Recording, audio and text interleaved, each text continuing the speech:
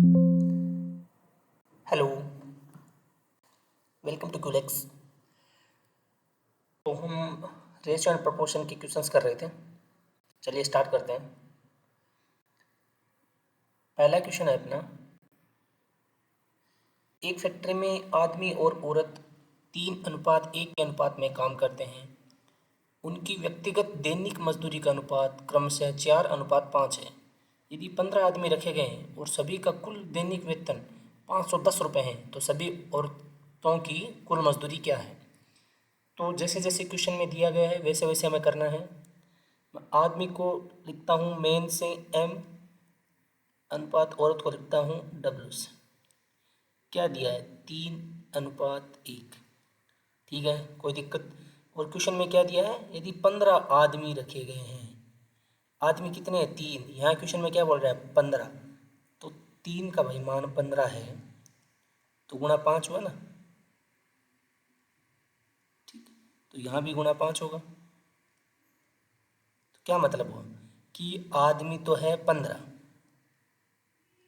ठीक है, और वुमेन वुमेन कितनी है? 5। क्योंकि ये 3 था तो आदमी 15 है, तो एक वुमेन है तो कितनी हुई? 5 हुई ना। तो ठीक है। अब क्या बोल रहा है कि उनकी व्यक्तिगत दैनिक मजदूरी का अनुपात 4:5 है। भाई एक मेन और वुमेन, ये बोलते हैं कि 3:1। 3 का मान क्या है? 15। ठीक, और ये है 5। ये तो है इनकी संख्या, ठीक है, मजदूरों की संख्या। और ये बोलते हैं कि मजदूरी, जैसे अगर एक आदमी को 4 रुपये मिलते हैं तो एक महिला को 5 रुपये मिलते हैं, ये बात बोल रहे हैं। ठीक है, तो और टोटल मजदूरी कितनी है? 510। भाई अगर 15 आदमी है, उसको 4 रुपये मिल रहे हैं, तो कितने रुपये मिलेंगे? 60। 15 चौक 60। एक 5 महिला है, उसको 5 रुपये मिल रहे हैं, तो सबको कितने मिलेंगे? 25। ठीक है, 60 और 25 कितने हुए? 85। 85 का मान कितना है? 510। ठीक है, तो 17 से काट दो। 70×5 = 85। 70 थी 51। 5 से एक बार हो जाएगा 6। तो एक का मान कितना हुआ? 6। अब कितने क्या पूछे? सभी का कुल वेतन इतना है, तो औरतों की कुल मजदूरी क्या है? औरतों की कुल मजदूरी कितनी थी? 25। 25 को 6 से गुणा कर दो। 25 6 का 150। ठीक है, ऐसे पूछे कि आदमियों की कुल कितनी मजदूरी हुई, तो 60 को 6 से गुणा कर देंगे। कितने हो जाएगी? 360 रुपये हो जाएगी। ठीक है, चलिए नेक्स्ट क्वेश्चन पे चलते हैं। अपना नेक्स्ट क्वेश्चन है, जब एक वाटर पार्क में टिकट की कीमत 11:12 में बढ़ाई गई। भाई टिकट का पहले रुपये था, जैसे क्वेश्चन बोल रहा है पहले 11 रुपये थे और अब हो गए 12 रुपये। ठीक है, तथा दैनिक आगंतुकों आगंतुक मतलब विजिटर्स की संख्या 8:7 में घट गई। भाई पहले कम रुपए थे, अब ज़्यादा रुपए हो गए, तो भाई कुछ लोगों ने आना बंद कर दिया। पहले 8 लोग आते थे, अब 7 लोग आ रहे हैं। जब 11 रुपये थे तो 8 लोग आते थे, तो कितने रुपए होते थे टोटल? 88 रुपये बनते थे। जब रुपये 12 हो गए तो एक आदमी आना कम हो गया, तो अब कितने? 12 रुपये 7 लोगों से 84 रुपये। कितने कम हो गए? 4 कम हो गया ना। पहले 88 रुपये बनते थे, अब 84 रुपये बन गए। यदि टिकट की कीमत बढ़ाने से पहले दैनिक राजस्व ये था, बढ़ाने से पहले 1,76,000 रुपये थे, बढ़ाने से पहले। ठीक है, पहले ये था, अब पूछा है ये वाला। ठीक है, तो 11 को 11 से काट दो। 11 थी 88, एक बार, 6 बार, 3 जीरो। 8 को काटेंगे 2,000। ठीक है, 84 को 2,000 से गुणा करूँगा, 3 जीरो पहले ही है। 2 को 4 से करूँगा 8, 2 को 8 से करूँगा 16, तो 1,68,000 रुपये टिकट की कीमत में बढ़ोतरी करने के बाद, पहले बन रहे थे 1,76, अब बनेंगे 1,68। ठीक है, चलिए नेक्स्ट क्वेश्चन। अगला क्वेश्चन है अपना, अब देखिए ये सारे वो क्वेश्चंस है जो RSMSSB बोर्ड द्वारा या निस्ट बोर्ड द्वारा जो भी जिस भी एग्जाम में पूछे गए, जैसे LDCB है, पटवार है, वीडियो है, CET, जैसे अधीनस्थ बोर्ड जिस जिस एग्जाम में क्वेश्चन पूछता है वो सारे रेशियो के सारे क्वेश्चन है इसमें। ठीक है, तो अभी पहला क्वेश्चन अपना क्या है, दो संख्याओं का अनुपात 7:9 है। दो संख्याओं का अनुपात भाई एक जैसे 7 है तो एक 9 है। ठीक है, दोनों का योग है 128। भाई 128 दोनों का योग, तो जिन संख्याओं का योग बोल रहा है तो भाई योग रख दो। 9 और 7 कितने होते हैं, 16, योग रख दिए। बड़ी संख्या ज्ञात कीजिए, 7 और 9 में बड़ी संख्या कौन है, तो 9, तो उसको 9 से गुणा कर दूंगा। ठीक है, इसको काट तो 4 से कट जाएगा, 8 से कट जाएगा, 2, 1 और कितने बार, 6, 2, 8, 9 थे 72, तो 72 अपना आंसर हो जाएगा। तो देखिए जैसे जैसे हम क्वेश्चन करते थे तो बढ़िया क्वेश्चन करते थे अपने वाले। अब जो बोर्ड पूछ रहा है वो जब हमने अच्छे अच्छे क्वेश्चन कर लिए तो वो जो छोटे क्वेश्चन है वो हमें बहुत इजी लगने लगेंगे। ठीक है, आज ये चुटकियों में क्वेश्चन करेंगे इनको। देखिए इसमें क्या दिया हुआ है, ये इस टाइप के क्वेश्चन हम पहले भी कर चुके हैं, 1:B। अब मैं दोबारा नहीं बताऊंगा कि कैसे क्या हो रहा है, फटाफट हम क्वेश्चन करेंगे। B:C 4:7। ठीक है, तो इसमें क्या पूछा है, ABC। मैंने क्या बोला था, AB अनुपात और फिर BC अनुपात पूछे तो तीनों का अनुपात कैसे निकालते हैं, 4 को गुणे 3 से, 4 को करेंगे फिर 5 से, फिर 7 को करेंगे 5 से, तो 4 3 12। ठीक है, 5 चौक 20, 7 पंजो 35। तो ये कौन सा में दिख रहा है, 12 20 35, 12 20 35, ऑप्शन एक। ठीक है, चलिए नेक्स्ट क्वेश्चन। तीन व्यक्तियों PQR में 84,000 रुपये को 2:3:4 में बांटा गया, क्यू का हिस्सा क्या है। देखिए बहुत ईजी क्वेश्चन है, क्या है कि तीन लोग हैं PQ और R, किस अनुपात में, 2:3 और 4, इस अनुपात में बांटा गया है, किस राशि को, 84,000 को। ठीक है, तो भाई 84,000 को बांटा गया है किस राशि को, 84,000 को किस अनुपात में बांटा गया है, 2:3:4 में। तो उसका टोटल करो, 4 3 7 2 9। ठीक है, अब पूछा किसका है कि क्यू का हिस्सा कितना है, तो क्यू कितना है, यहाँ 3 है, तो 3 से गुणा कर देंगे, 3 करेंगे 3 बार, और 84,000 को 3 से भाग कर लो, 2 3 6, 2 बचेंगे, 8 3 24, 3 0, 28,000। उम्मीद है कि ये वाला समझ में आया होगा। चलिए नेक्स्ट क्वेश्चन, ज़्यादा टाइम वेस्ट नहीं करेंगे, हम सीधा क्वेश्चन टू क्वेश्चन, और अपनी बात पढ़ाई से अलावा कहीं कुछ बात नहीं होती। ठीक है, वर्तमान आयु में ए और बी का अनुपात 5:7 है। जैसे ये जिस जिस एग्जाम में है वो मैंने सब यहाँ लिख दिया, जैसे RPC सेकंड ग्रेड एग्जाम में है 2025 में ही। ऐसा नहीं है कि ये सारे मैंने बोर्ड से उठाए हैं क्वेश्चन, बहुत मेहनत लगती है दोस्तों इसमें। ठीक है, तो चलिए क्वेश्चन करते हैं। वर्तमान आयु में ए और बी का अनुपात 5:7 है। ए और बी का अनुपात 5:7 है। 10 वर्ष बाद ये अनुपात 3:4 हो जाता है। तो मैंने इन क्वेश्चन में सबसे पहले क्या बोला, जैसे 5x/7x, इसको मैं ऐसे लिख सकता हूँ 10 वर्ष बाद, तो मतलब 10 जोड़ दूँ, इसमें भी 10 जोड़ दूँ, तो ये अनुपात कितना हो जाता है, 3:4 हो जाता है। अभी इसको सॉल्व करने का मैंने पहले बताया, इसका क्या करते हैं, क्रॉस मल्टीप्लाई। तो 7 3 21, पहले मैं इसका कर रहा हूँ, इसका 7 और 21x, 10 को 3 से करूँगा 30 बराबर, अब 4 को करूँगा इससे, 5 चौक 20x, 10 को करूँगा 40। ठीक है, 20x इधर आएंगे तो माइनस के हो जाएंगे, 21x में से 20x गए, 1x बचे, 40 है और इधर प्लस के 30 है, तो 30 इधर जाके माइनस हो जाएंगे, 40 - 30 10। तो x के क्या मान आ गया, x का मान आ गया अपना 10। अब पूछा क्या है, a की वर्तमान आयु क्या है, तो a की वर्तमान आयु क्या है 5x, 5 को 10 से गुणा करूँगा 50। ओके, तो यहाँ ये ऑप्शंस में मिस्टेक है, 50 वर्ष। एक मिनट हम कहीं चेक कर लेते हैं, कहीं हमने गलत ना कर दिया हो कहीं। वर्तमान आयु में ए और बी का अनुपात 5:7 है। 5x 7x 10 वर्ष बाद 10 + 10 + 10 क्रॉस मल्टीप्लाई करा, 7×21 10×3 5×20 40 1x 10। ठीक है, कोई दिक्कत नहीं है। ए की वर्तमान आयु है 50। चलिए नेक्स्ट क्वेश्चन।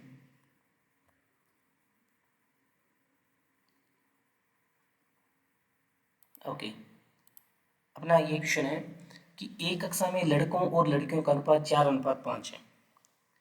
लड़कों को लिखूंगा बी से, लड़कियों को लिखूंगा जी से। अनुपात क्या है? 4:5 है।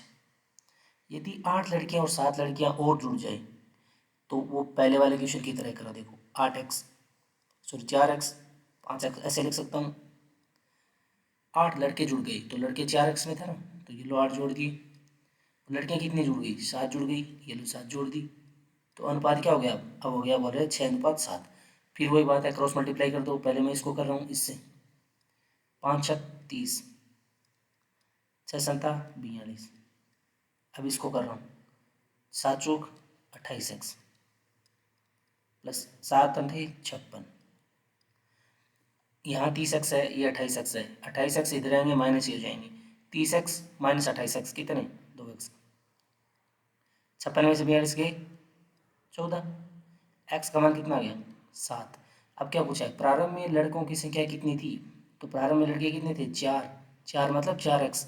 तो 4 को 7 से गुणा करूँगा 28 आ जाएगा। चलिए 28 आंसर हो गया। ओके, चलिए अब चलते हैं नेक्स्ट क्वेश्चन पे। ओके, ये क्वेश्चन है अपना कि दो संख्याओं का अनुपात 9:14 है। ये इस टाइप के क्वेश्चन हमने बहुत सारे कर लिए हैं और ये एग्जाम में रेगुलर पूछे जाएंगे। सीईटी जैसे एग्जाम में तो आएंगे ही आएंगे, और एलडीसी सीईटी ये मुझे लगता है एक ही लेवल के एग्जाम्स है, तो इनमें तो आने आने हैं क्वेश्चन।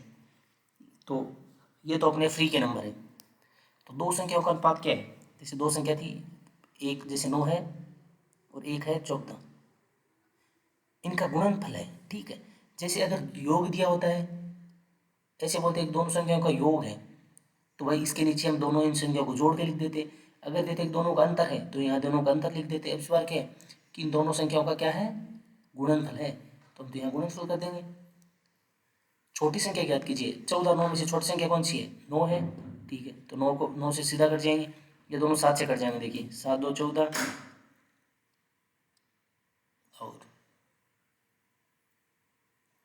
और 7 से करूँगा 7 8 56। ठीक है, 2 को करूँगा 5 4, अपना क्या आंसर जाएगा? 54। चलिए नेक्स्ट क्वेश्चन पे।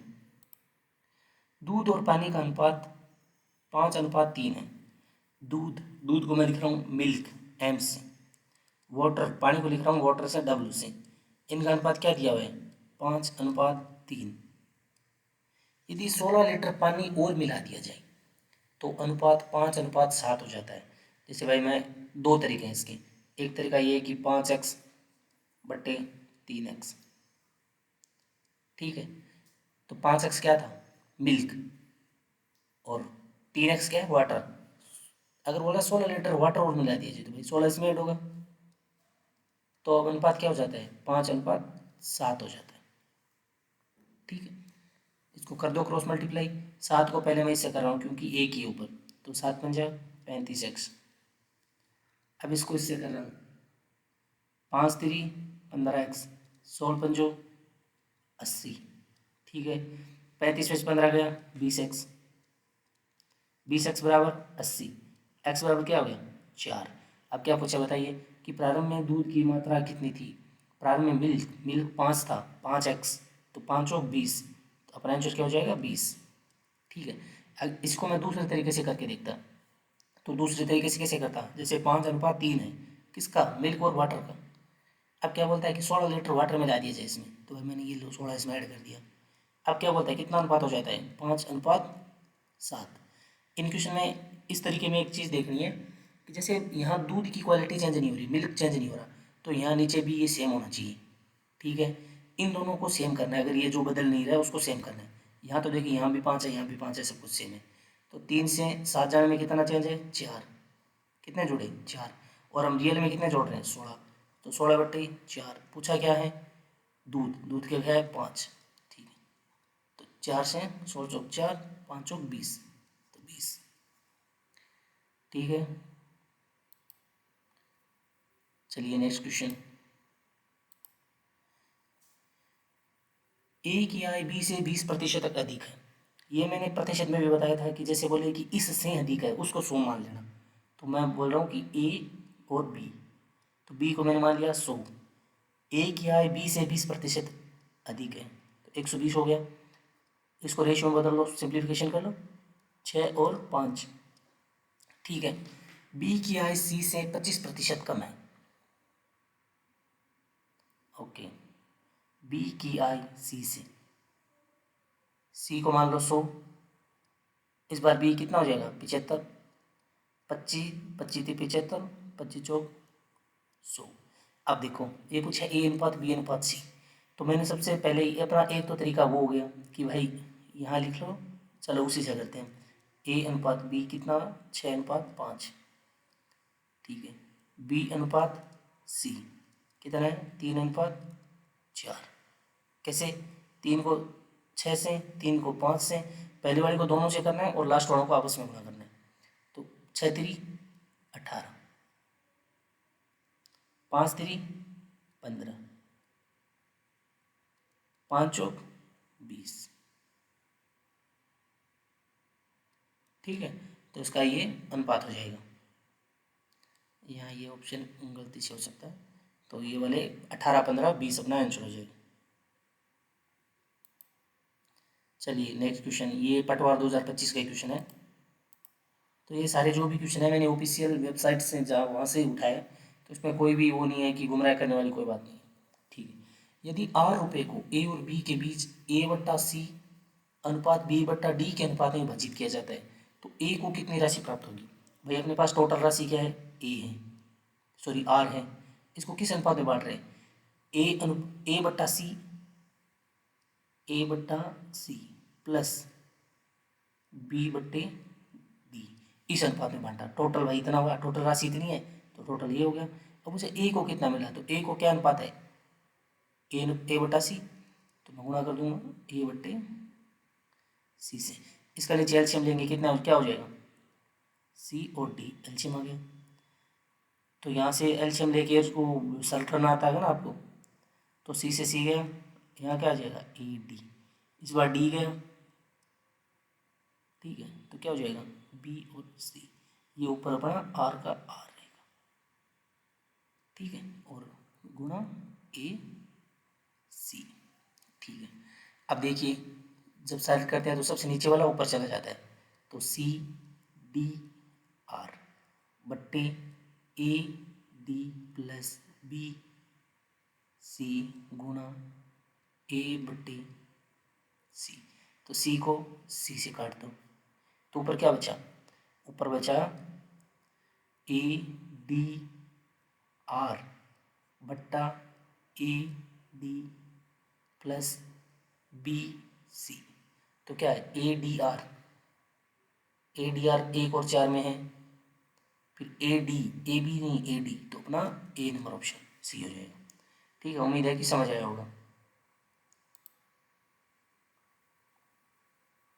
तो चलिए एक क्वेश्चन और है, ये अपना लास्ट क्वेश्चन है।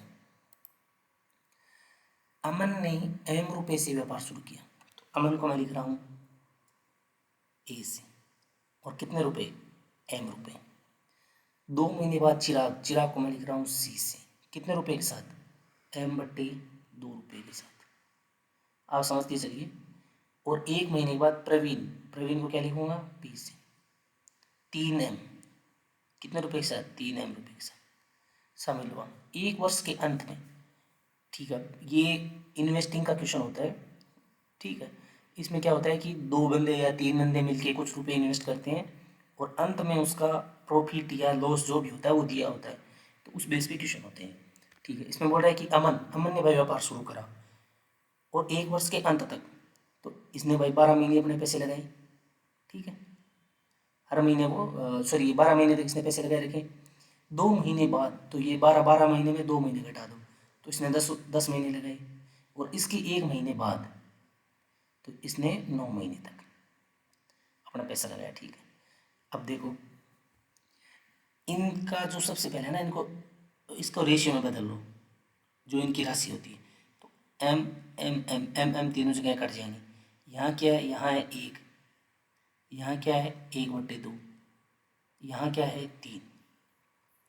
तो इनको सबसे पहले रेशियो में बदल लो। रेशियो में तो वैसे भी है, लेकिन 1/2 को अपन ईजी में ले लो। तो 1/2, जैसे नीचे 2 है, तो अगर मैं सबको ऊपर से 2 गुणा कर दूंगा तो नीचे 2 हट जाएगा। तो इसको मैंने गुणा करा 2, इसको 2 से करूँगा तो 2 से 2 कट जाएगा 1, 3 को 2 से करूँगा 6, तो ये किस अनुपात में हो गया, 2:1:6 में हो गया। ठीक है, अब देखो इनका गुणा कर लो, 12×2 24, 10 को 1 करूँगा 10, 9 को 6 से करूँगा 9×6 = 54। ठीक है, अब क्या है कि 1 वर्ष के अंत में अमन और चिराग के लाभ में 9100 का अंतर है। ये भाई चलो 9100 है किसके, अमन और चिराग, अमन और चिराग। तो अमन 24 रुपये का लाभ कमा रहा है भाई। अगर उसने 2 रुपये 12 महीने तक लगाए रखे, 24 रुपये लगा, और इसी जिस रेशो में उन्होंने पैसा लगाया उसी में लाभ बंटेगा भाई। अगर जैसे किसी ने, एक ने लाख रुपए लगाए, एक ने 2 लाख रुपए लगाए, ठीक है, एक ने 1 लाख रुपए, एक ने 2 लाख रुपए लगाए। अब जब उसमें प्रॉफिट होगा तो वो प्रॉफिट उसी हिसाब से बंटेगा ना, ऐसा थोड़ी आधा आधा हो जाएगा। प्रॉफिट ऐसे बंटेगा ना कि भाई अगर तुमने 1 लाख रुपए लगाए तो आधा प्रॉफिट तेरा, जैसे 3 लाख रुपए लग गए टोटल। 3 लाख का एक एक हिस्सा किसने लगाया, एक हिस्सा इसने, और 2 हिस्से इसने। अब तो प्रॉफिट होगा उसमें से आधा आधा थोड़ी होगा, प्रॉफिट का एक हिस्सा इसका होगा, बाकी 2 हिस्से इसके होंगे। तो उसी तरह जैसे 2 रुपये लगाए 12 महीनों तक, 24, इसने 24 रुपये टोटल लगाए। ये 1 रुपये लगाए 10 महीनों तक, तो इसने 10 रुपये टोटल लगाए। ये 6 रुपये लगाए 9 महीनों तक, तो इसने टोटल 54 रुपये लगाए। अब जो लाभ होगा, जो जो राशि इन्वेस्ट हुई है उसी में लाभ बंटेगा। तो ये बोल रहा है कि साल के अंत में 9100 रुपये अमन और चिराग के लाभ का अंतर है। तो अमन को 24 रुपये का लाभ हुआ, चिराग को 10 रुपये का हुआ, तो कितने का अंतर है, 14।